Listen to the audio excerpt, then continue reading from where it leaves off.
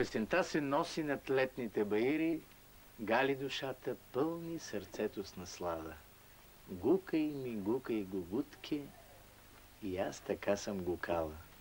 Казват, че песните на Гюрга Пенджурова се отличават с особена топлота и нежност. А не сте забравили, че нашето предаване се казва Като лъвовете. И именно от такива големи изпълнители в жанра се учат нашите малки лъвчета.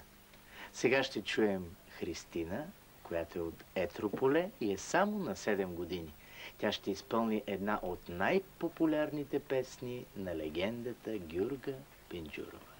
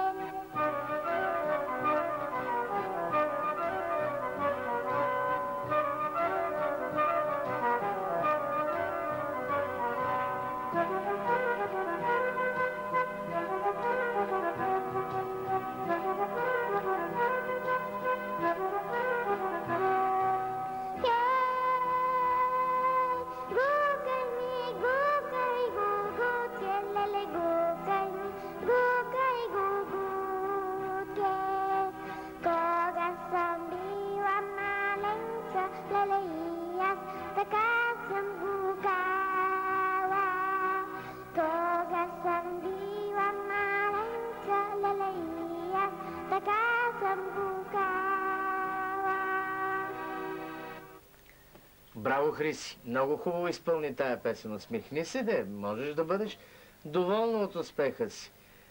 Особено тези извивки, точно както го прави Гюрга Пенджурова. Ти на касета ли си я слушала? Да? Да. Оттам ли научи песента? Да. Майката на Хриси е преводачка от немски на български, макар че трудно би превела думичката усои. Гугутка, гукав, усои, леле.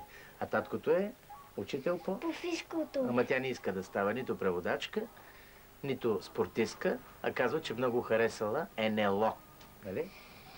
И искам да ми вземеш автограф от тях. Нали ги познаваш? Да. Как ще познавам НЛО? Ти чуваш ли се какво говориш? Ако те чуят от тази Американската агенция за космическите полети НАСА, веднага ще ме приберат мене. Може от Байконур да ме приберат. Не познавам никого НЛО. Кога си чула такива? Нали каза, че познаваш Георги Момаров? За това е Нело ли става дума? Да, и Георги Мамалев го познавам, и Велко Кънев, и останалите. От тях мога да ти взема автограф, обещавам ти, защото ти с изпълнението на тази песен направо си го заслужи.